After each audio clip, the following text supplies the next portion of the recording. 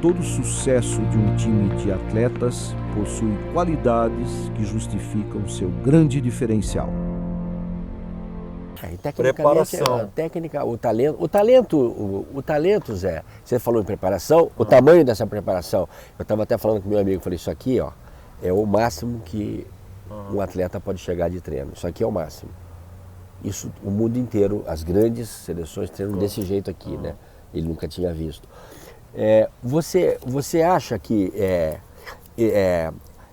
essas jogadoras, elas rendem quanto mais com o talento? Quanto que o talento pesa nisso, Zé? Porque pesa treino muito, pesa muito. É o que eu sempre falo. Ele nem fala que não tem talento.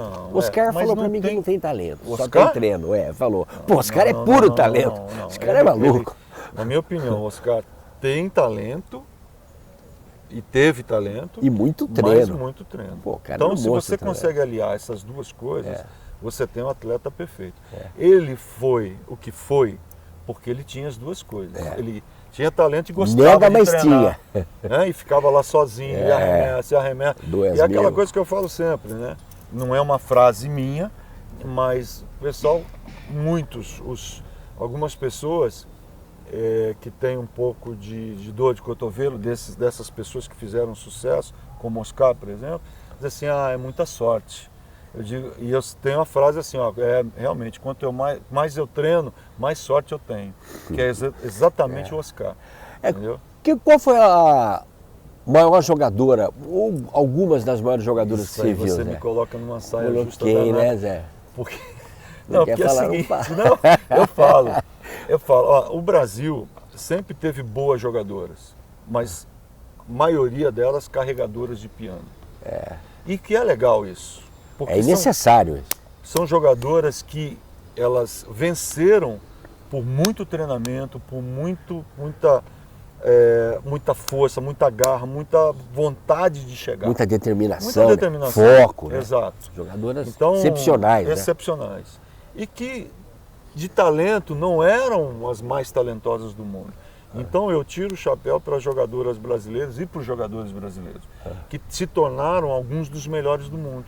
Eu vou te dar um exemplo de uma levantadora que, para mim, saiu de Lausanne Paulista, que você já conhece, e que se tornou uma das melhores do mundo, que foi a Fofão. Vai ser um monstro. Entendeu? Então, 1,73 m de altura, mas treinava um absurdo. Doce, né? Doce. Puta talento. Talentosa, mas que tinha uma cabeça e que se tornou.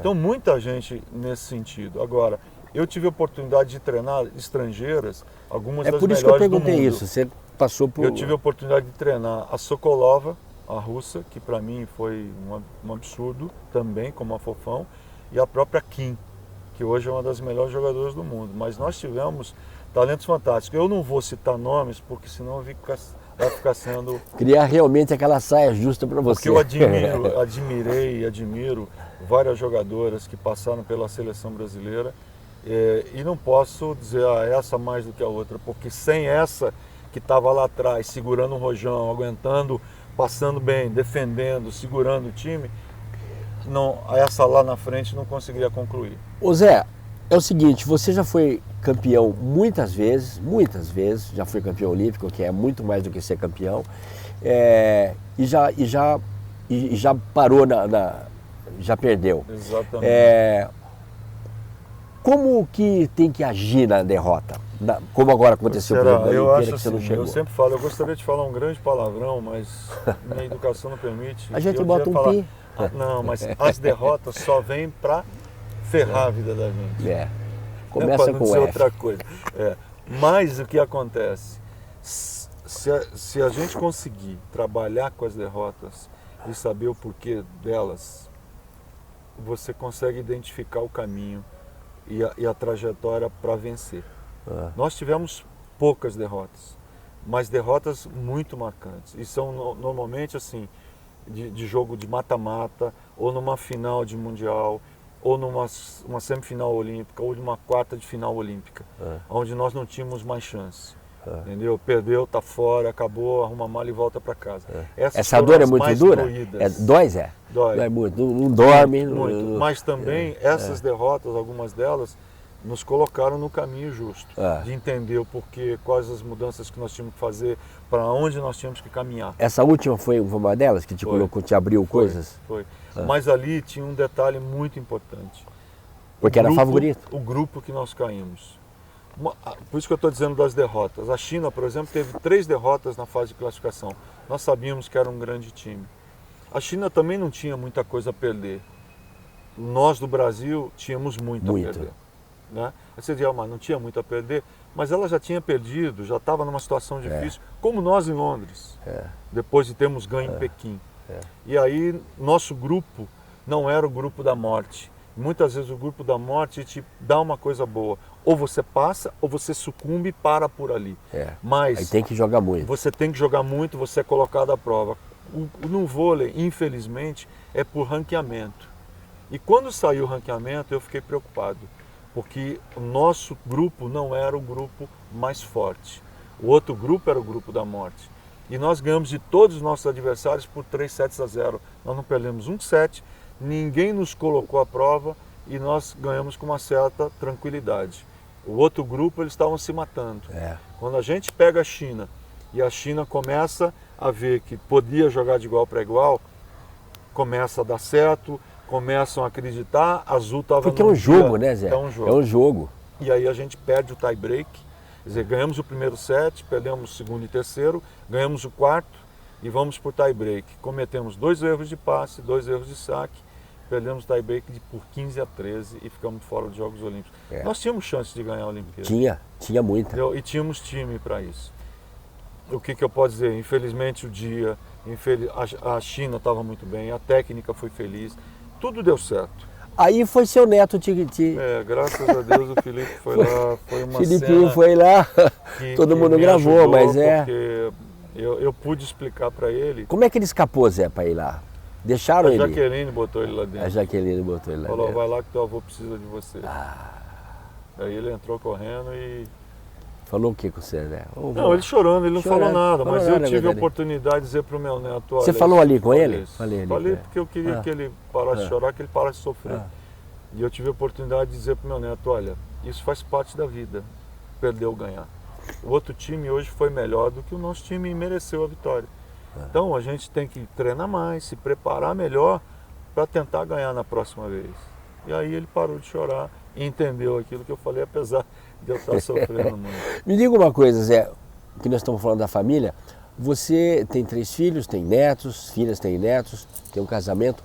Quanto que você deixou para trás na sua vida pessoal, sendo o brutal vencedor que você virou? Não, eu fiz sacrifício a minha vida inteira. O que eu não acho que... Eu digo para você a palavra, mas para mim não foi sacrifício. Porque você fazer o que você gosta, trabalhar no meio que você gosta, e você vai trabalhar feliz.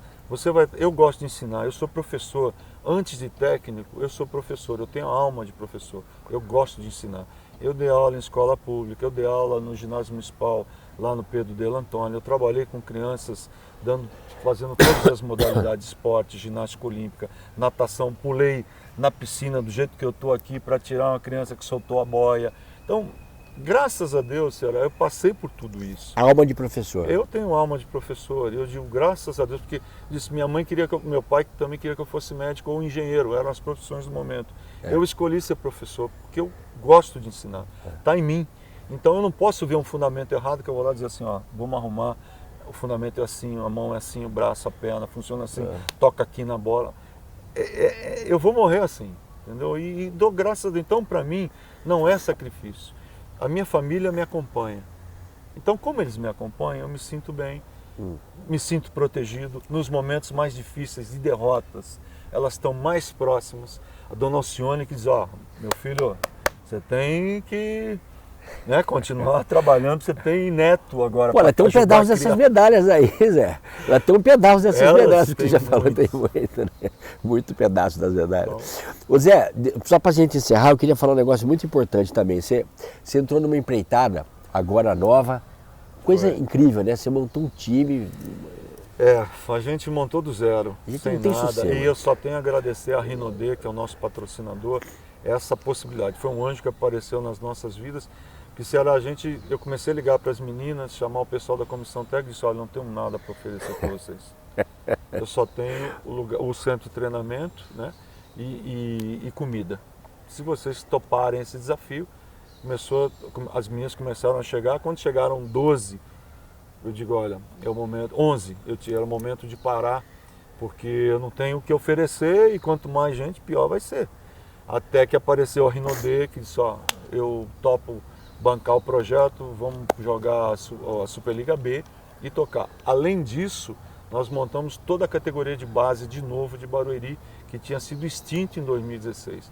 Para você ter uma ideia, nesse trabalho de base, tinham 7 jogadores, que não é conta de mentiroso, que pertenciam e pertencem às categorias de base das seleções brasileiras. 7 numa cidade como é Barueri, que não é pequena, mas é um volume muito grande. Então o trabalho foi bem feito, nós não podíamos deixar isso morrer.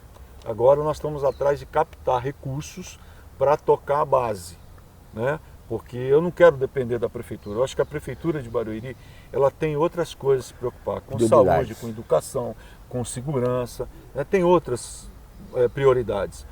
E nós, se a gente conseguir captar a coisa que nós estamos atrás, a gente consegue tocar a base, dar chance a essas jogadoras de fazer um esporte, de estudar e também abrir o leque. Se quiserem um dia estudar fora do Brasil, numa universidade americana que procura muitas jogadoras da nossa base para poderem estudar nos Estados Unidos, é uma chance. Então eu tento retribuir ao vôlei, ao que o vôlei me deu. Eu acho que é o legado que eu tento deixar, é a parte que eu tento ajudar, entendeu? Então, portanto, se você é uma grande empresa, um grande empresário, olha o cara certo para você investir aqui. Estou errado, Zé?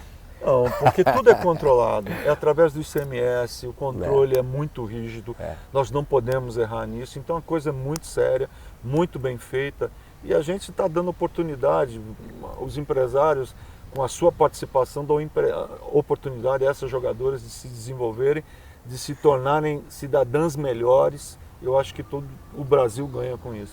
Zé, certamente a gente deixou muita coisa nessa entrevista para lá. A gente falou muito das coisas muito mais pessoais, dos projetos do Zé, do que das vitórias. Ele é e derrotas. Ele é um grande vencedor. Mas quem sabe numa outra hora a gente fale só dessas coisas. Agora, vamos ver passar esse ano assim, nesses 4 campeonatos. E depois a gente faz um balanço. Como é que foi? Né? Dessas jovens jogadoras. Claro. Promete? Claro, prometo, Zé. Prometo e agradeço. Todo sucesso de um time de atletas possui qualidades que justificam seu grande diferencial.